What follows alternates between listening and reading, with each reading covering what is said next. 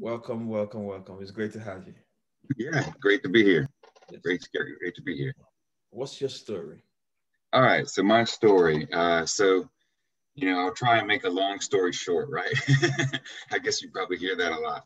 Mm. Um, but essentially, it's just so my background is in legal, which will be make no sense by the end of this, maybe. But so went to law school, started working for one of the larger law firms here in America, and was doing that for several years.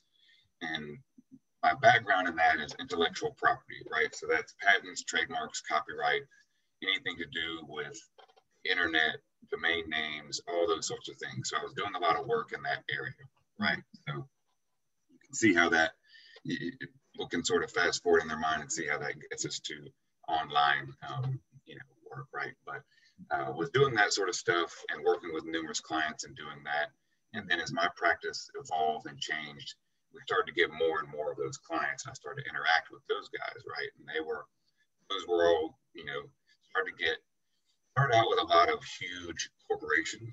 And then as time went on, we started to work a little bit more with medium-sized businesses and guys who are in that entrepreneurial space themselves, right? So getting to have that relationship with them started to expand my mind on what could be done, what was out there in the world, and just the amazingness of being an entrepreneur itself, right?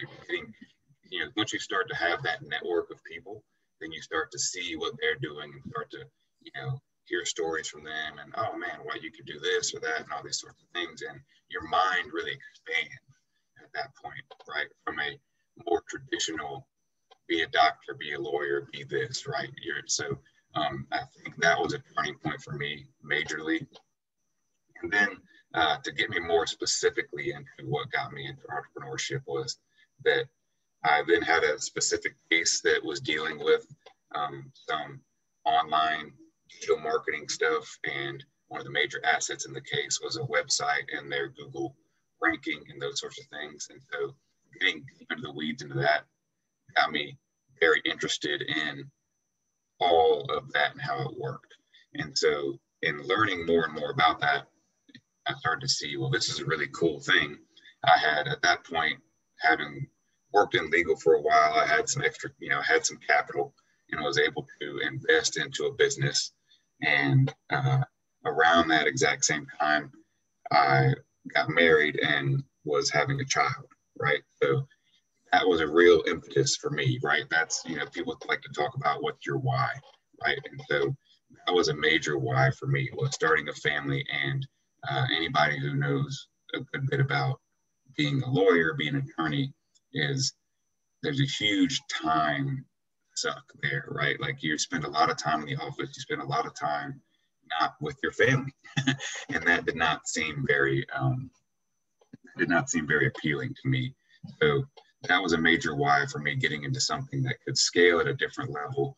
And I could also be out there doing something that could make a difference, but wouldn't be making such a time crunch for me, and I would be able to spend time with my family. So that was a major why. And then as I specifically got in, that was a personal why, right? That was the personal why that got into that. And then as things moved on in my life, trying to figure out exactly how I wanted to go about it, my business changed, my digital marketing agency changed, and what its focus was from being much more kind of local business. We serve everybody in my local area here in Atlanta, to being niche specific, in that we serve HVAC companies, so air conditioning, heating, those companies.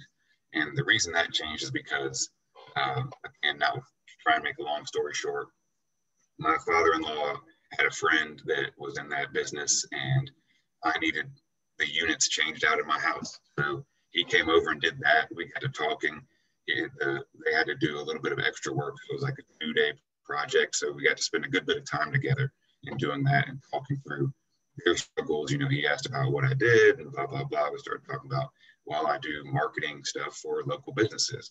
Well, I'm a local business, And so we started to talk about that and his struggles and some of the things that he had going on, and how he could really grow his business. And I started to see that, a lot of contractors and people in that home services area, businesses, have a hard time, and they're not really, they're awesome at doing what they do. They're amazing at, coming in and running ductwork and putting in units and making sure that we're all comfortable in our homes, but not necessarily amazing at the business side of thing in terms of marketing or even sometimes sales. And so started to go down that road with my business, and that's where we had a background. So that's what led us to helping those guys, is working with him and figuring out that we had a core competency in that area and we could do this, and it's just spiraled from there. Wow. So your inspiration to do that came from that conversation?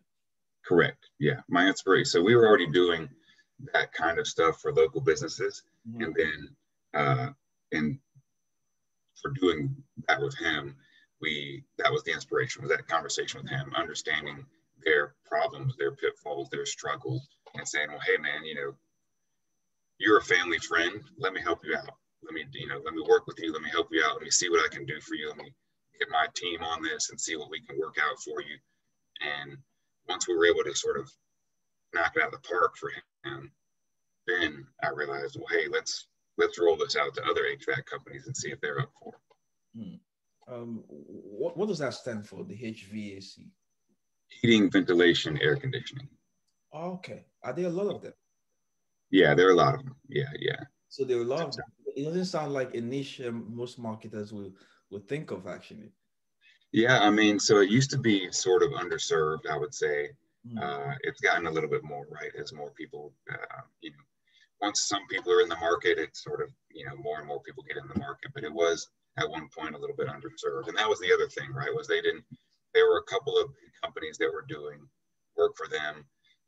There was also, kind of a mindset like that a lot of businesses can get in, right, where, well, this is the only way for me to grow my business, right, is to do this thing, or this marketing works, but this marketing doesn't.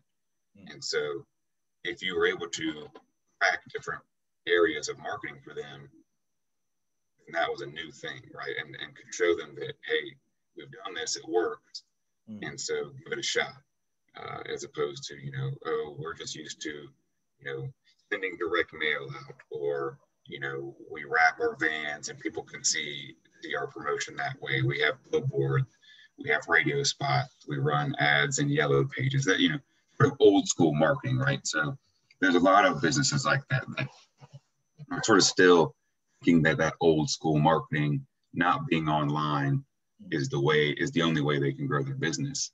And, in this day and age, you got to be marketing online, or you're dead in the water. So you help them fill their appointment. Like, what does that mean? Fill their calendar with appointments? Yeah. So what that means is, we aren't so the typical online for contractors in general and HVAC specifically would be going to a lead vendor, right? So those are companies that sell, basically like a list of names. I mean, almost, right? It's almost that bad, but it's, they send over a name to the company and says, would say, Fortune lives at this house, needs some help, and here's his phone number. And that's about it, right? Not much information. And here it is. You call them up, try and figure it out. And then they'll also sell that lead to 3, 4, 5, maybe a dozen other companies in your area, right? That creates this race to the bottom, the competition for it all. Then they start price shopping, all these sorts of things. That customer has no idea who you are. They don't really care about you versus the other 5 people, right? They might as well have them all come out, give them an estimate. So the difference is, right, is that you have to do all the legwork as well, right? The company has to do all the legwork and getting that person on the phone, setting up an appointment, all those sorts of things. We realized that was a bottleneck in their business, right? They were really struggling keeping up with, we don't have the time, right? We're out there putting in AC or furnaces. We're out there doing the work. I don't have the time to If I'm in the middle of installing an AC unit and I get a ding on my phone from this lead vendor, I have to call within 3 to 5 minutes, or that person's moved on to somebody else. But I'm in the middle of working with a customer. I can't do that. So we took that off their hands, right? So we said, okay, well, how about this? If that's a problem for you and those guys aren't servicing that, how about instead what we do is not only do we generate, the customer opportunity, but we'll have an in-house team of callers that will call for you. So your front desk doesn't have to call. And if you don't have a front desk, because sometimes it's smaller companies that, it's a guy and his techs doing the work. Okay, we'll take that off your hands. We'll go ahead and call. We'll continue to qualify that lead even more. And we can book them directly on your calendar with an appointment so that, you can wake up in the morning and know that ding, ding, ding. Okay, at 9 a.m., I've got to go over to John Smith's house. And at 2 p.m., I've got an appointment with Joe Lewis, right, to do his, right? Versus you having to chase them all down and figure out, okay, when can you see me when you do that? So it's just taking it that extra step and doing a lot more of the work for them, the legwork for them. So that's what we do. Wow.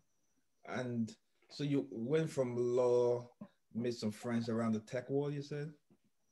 Say that again?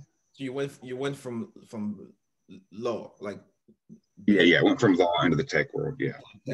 And so that was the thing, was my legal career was very tech focused. So it wasn't that big of a leap, right? It seems like a huge leap, but it wasn't that huge of a leap because I had such a background in that, right? Since I was doing intellectual property law and had started doing, at the firm I was at initially, I had started to be sort of the guy that they sent all of the internet cases to, right? So once that was happening, it just kind of started that snowball. Wow. So yeah. You told us your why. What about the what is keeping you every day waking up to keep helping these people? The same thing, well, the main thing is, obviously you get the feedback from your client, right? That, man, this was awesome. You really took me to the next level that I didn't even think was possible, or I knew was possible, but I didn't know how to get there, right? That's the biggest thing, right? Is that a lot of clients, a lot of, businesses in general, local businesses, and especially contractor businesses can get to a certain level, right? But then they kind of stagnate. This is the same even for agency businesses and any business, right? Is every business hits levels where there's a problem they need to solve, and maybe they don't know how to solve it, right? And then you solve that problem, you get to another level, and there's a new problem that you got to figure out how to solve, right? It's just these levels of business. And so as an entrepreneur, I think that you've got to be two things: a professional problem finder, right, for your clients, and a professional problem solver for you, for your business and your client, right? So that's the main thing and I learned that long ago with one of my other businesses that I started, is being a professional problem solver. It's huge, right? So in addition to this, I have an Amazon business that I run, and I don't run it anymore. I have a team that does it, but that was really where I learned that lesson, that be a professional problem solver early on, right? Because that's all that is you have such a volume of customers, right? That it's constant problems of, hey, I didn't get my package. Hey, this thing came in damaged. The carrier dropped it at my door, and so it's messed up. Like, how can you resolve this? Okay, well, here's what we're going to do. How about this? Meet me, sometimes it's meet me halfway, or I can give you, anyway, you get the gist of it. So that's the what, to answer your question, is really giving people that extra push to help them solve their problems, reach that next level, right? Because then it's not just about, a lot of people get hung up on like, oh, I want extra revenue, right? I want extra cash in my pocket. Okay, but what does that get you? What does that cash get you, right? Like for me, part of switching over from law was I wanted more time freedom, right? Which is, I hear, you know, I'm sure a lot of entrepreneurs say that. I wanted the time freed up so that I could determine, okay, do I want to scale this to the moon, and or do I want to have more of a lifestyle business where I'm making good money, but I'm able to, you know, go to my child's soccer game. I'm able to take him, you know, like yesterday we went and raced go-karts and played bumper boats, right? Like, you know, okay, I want to have that. I was a holiday here, but it was like, you know, okay, that's the kind of stuff I want to be able to do, right? And entrepreneurship provides you that opportunity, because when it's your business, you get to make those things, right? Like when I was a lawyer, I needed to be there from X time to X time. And I didn't have, and a lot of times it was a lot of that time, you know? So that was the what. And if I could do that for somebody else, that's amazing, right? Like, so a lot of, you know, for me, the what, contractors are busy too. They're like lawyers, right? Because they have to be out there doing, a lot of times the owner of the business is out there still installing AC units and furnaces. He's up in attic, or he's in crawl spaces and doing those sorts of, you know, the installs, even though he's been running the business for several years, sometimes for a decade or 2 decades. And it's kind of like, hey man, and, you know, but that's not, you know, you get to a certain age level or a certain want level and you want it. So a lot of times it's not about, oh, I want that extra 20K, 50K in revenue. It's, what does that get you? Well, that gets me the ability to sit in the CEO chair at the office and run the business, as opposed to still being out there. If I could just have my techs and the younger guys that I've taught to do that, they're starting their career, right? They want to do that so that they can and get to the next level, right? That's what really is the what for me, is if I can get those guys to where they want to be on that end, then it makes it all worth it. Yeah. When it comes to exiting the corporate world into entrepreneurship, you're one of the few people that have done it right. And there are probably a few things you know, whatever mistakes or lessons, Yeah. wisdom, you know, but what would you say to anyone who's trying to do that? Yeah, you know, making the leap is, you know, I started to have some friends that had done some stuff, like I said, and you start to get that, message of, okay, you got to make that leap, right? You got to just, if you never try, you'll never know, and then you'll just live with that regret forever, right? So that was what pushed me to make the leap. But in terms of, you know, lessons, mistakes, you know, I think one of the big lessons, and I think a lot of people say this too, is that, you know, you can try and, you know, you can try and figure everything out by yourself. You know, we live in a world where almost every piece of information is out there on the internet for you, right? You could start your own business, you know, watching YouTube videos, right? Just like this one, you know, like watching YouTube videos and all that stuff. And depending on where you are in your life and where it's a personal decision, right? Whether you want to, okay, you're going to spend time or you're going to spend money in fast forwarding your business or putting your business on the map. And so for me, because I was able to, you know, I had that 9-to-5 job. I had a job previously. I had a little bit of capital built up. The mistake I didn't make was, I did for a little while, right? I tried to figure it all out myself. And then I said, okay, this isn't working. Let me find mentorship that will work for me, right? Let me find somebody who's already, you know, solved this problem, and just pay him for mentorship so that I can fast forward my business. So that you know, I'm not trying to figure out everything under the sun.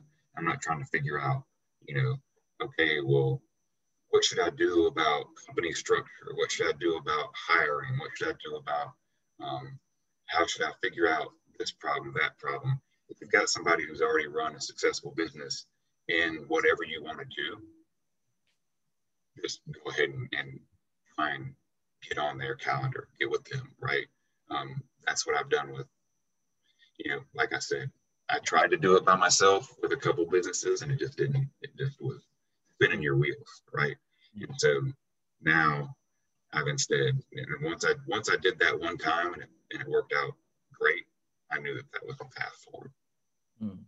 Okay, so the first thing I hear is number one is have some money saved up. Like have some money aside for the. You never know. You never know when things will pick up. You never know. Like, so have some. What would be a good number? Like, when it comes to how much money should I have saved up? What would you say is a good number? Good question. It's going to be different for every business, right? That's going to make a major difference in what you're doing.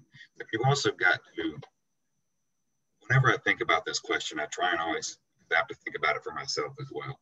Mm-hmm. And I think about it in terms of, my father-in-law, owns several gas stations, right? Or he did. He sold them all. He's retired now, but he owned several gas stations. Mm-hmm. Well, for him to do that, right? Let's think about a brick and mortar business like that. I mean, that's, anywhere from, it's tens of thousands to hundreds of thousands, or potentially millions of dollars to start that kind of business, right? Because you've got to buy real estate. You've got to build. If you're not building, you've got to pay a lease every month, right? You've got to deal with zoning. You've got to do all this. That's a whole different whole different can of worms than starting an online business, right? We live in a wonderful age now where we can start a business with very minimal capital. So, give a number really wouldn't be, I can say, I think,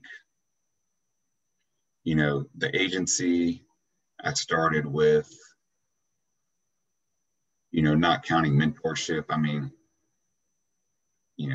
that was less than $500. You know what I mean? Like, because you could start that. I mean, you don't even need to have an LLC or anything. You can really just start doing outreach. If you know how to run ads, you have a skill set, you know how to run ads, you know how to do cold email, whatever kind of agency you want to have, you can start that for, I mean, really less than a couple $100, if even that. You could start that pretty quickly and easily with very, very little capital. The Amazon business took a little bit more capital just because of the nature of the business. I think I started that out with, there was more a situation of, and this is, some people might, it's not going to be a number that makes people happy, right? But I think I started that out with an initial investment of $3,000 to $5,000, and then, but I had a lot of credit, and that was the name of the game in that business. If you're in a B2C type of business, a business to consumer business, I feel like you probably want to have a lot of credit, because you never know if that ramps up quickly. You need to have that capital there in order to buy things to serve your clients and customers, right? You need to buy product. That's a business to consumer. If it's direct to consumer or business to consumer, you're going to have to, if 400 people walk in the door the next day and want your product, well, you need to be able to buy 400 products, wholesale, or however you're doing it. So it all depends on the business, I would say, but there are a lot of online businesses. Affiliate marketing, for example, not a business I've been hugely involved in, but I know enough about it to be dangerous kind of situation, and that you can get started in pretty low capital. Yeah, a couple of $100. Exactly. Someone said some people would say have 6 months of your salary saved. Some would say have 2 months of your salary saved. How many months of that would you say, to be? I would say 6 months is probably a good idea. It depends on how fast you think you can ramp yourself up, right? If you think that, look, there's guys that have killed it in 30 days, 60 days, 90 days, right? And I'm a big believer, and I think that it's accurate that, you put your back against the wall, some people are gonna thrive. Some people are gonna wilt, right? You put your back against the wall, some people are gonna fall. There's, I have, lots of friends who put their back against the wall, sort of burned the ships and said, this is it. I got to make this work. I don't have any choice. And they made it work because they didn't have a choice, right? That was always one thing that I was a little bit envious of, right? I had, because I had the family and obligations, I couldn't really do the burn the ships situation, right? So that actually elongated my timeline in making stuff work, because I had to keep the 9 to 5, right? Because I had to keep paying for housing, clothing, feeding. You've got a baby. They don't understand. I can't. So that elongated my time. But I do think that's an amazing option for folks who do have that, right? Is folks who do have that freedom already, right? Like, it stinks to sort of think, well, I'm already broke, so I don't have anything to lose. I might as well jump all in. That's kind of an amazing place to be. Like, that's the thing, is look at the positive side of all of it, right? Like, that's the positive side of it, is, hey, you got nothing to lose, you got no obligations, jump all in and just go, just kill it. So from somebody who's out, that's one thing I'd say, for somebody who's out there watching this, that's like, thinks that, man, I'm broke, how would I get started, especially after that conversation that we just had, is look at it. Here's the other way I would look at it, is I didn't have the option to do that, because I had obligations, I had bills, house, all that stuff, wife, kid. If you have that, look at the positive side of that. If you've got nothing, boom, just go all in, just start reaching out to people. If you learn the skill, start reaching out to people and say, hey, I'll do this for free for you if you give me a chance. And then once you get that first client, it can start to snowball. I'm not saying that's the way for everybody. I'm just saying it's an option for folks, right? A lot of younger guys who started this in college, right? Where they were kind of, well, I'm still, I'm on scholarship, or I'm, have housing at college. I don't have a lot of expenses. Let me use my little bit of extra cash to start this e-com business, or start this. I think those guys are awesome. I love that. I love that mentality. I love that side of things too. Wow. So, I mean, for you, you probably also needed time to alert your employer of exiting the company, and there were a few things. You had actual responsibilities both at where you were working, and so it was not a case of, oh, I have an idea, I'm jumping out. Yeah. Well, love what you built, love what you've done. Appreciate that, man. Yes. Do you help people currently? You talked about some sort of mentorship, guidance, coaching that helps people along that line. Do you help people in that regard as well? No, I don't have any coaching program or helping like mentorship or anything of that nature, really. If somebody reached out, I'd be happy to talk to them about any of this stuff. I'm open to any of that kind of stuff. I don't have anything formal or doing anything like that. I think I do have little masterminds here and there with other folks that they've organized, and so in those we're always sharing, right? So we definitely do that within our mentorship. Within the mentorship I'm in, we have little offshoot groups of folks who sort of, okay, do you always want to have that, oh, we're doing sales role play, like, so let's start a little group of, on Messenger and do that. Or, hey, here's what's working for me, right now. If you guys want, oh, I'm having problems with my, with my ads manager. Can you help me? Yeah. Somebody will jump in and say, yeah. So other than that, no, I don't do any sort of, give me a couple $100 and I'll mentor you or anything like that. No, I just have, but, if somebody reaches out to me and says, hey, looks like about this, like, could you help me out? Could you steer me in the right direction? I'm more than happy to do that kind of stuff. Yeah. All right. It's great. It's great to have you today, share your story and share. What would be your message? Well, if you were to summarize, your entrepreneurship journey, leadership, all of that into a message, like what would your message be? Probably even outside of entrepreneurship, probably a philosophy or belief that guides everything that you do.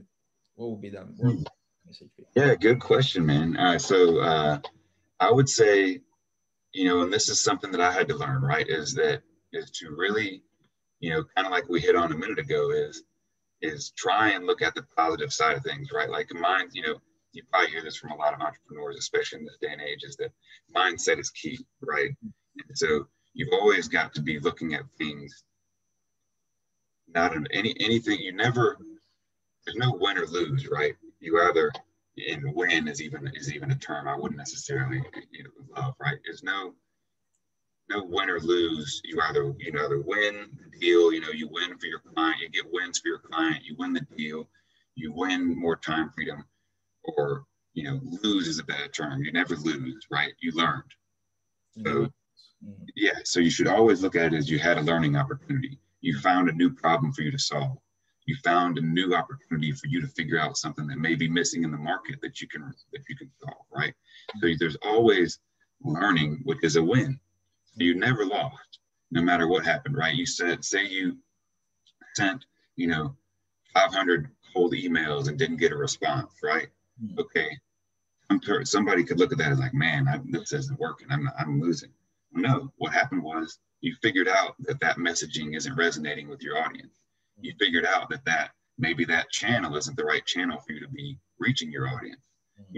Examine what happened there and figure out, man, guess what? I learned I don't need to waste my time doing that anymore, because the reality is they're over here. Awesome. Now I no longer have to deal with that. I don't, that's the way I would look at things. It's always, you didn't lose, you didn't have, nothing happened except you learned a valuable lesson. And some lessons are a little more expensive than others, but there's always a lesson in everything. And as long as you can look at the things and say, you know what, I had a great lesson from that. Trust me, I've had a lot of very expensive lessons, but yeah, that would be my major, sort of overarching philosophy, is to look at things that way. And if you can look at things that way, then you will excel. Look at things from the positive side at all times, basically.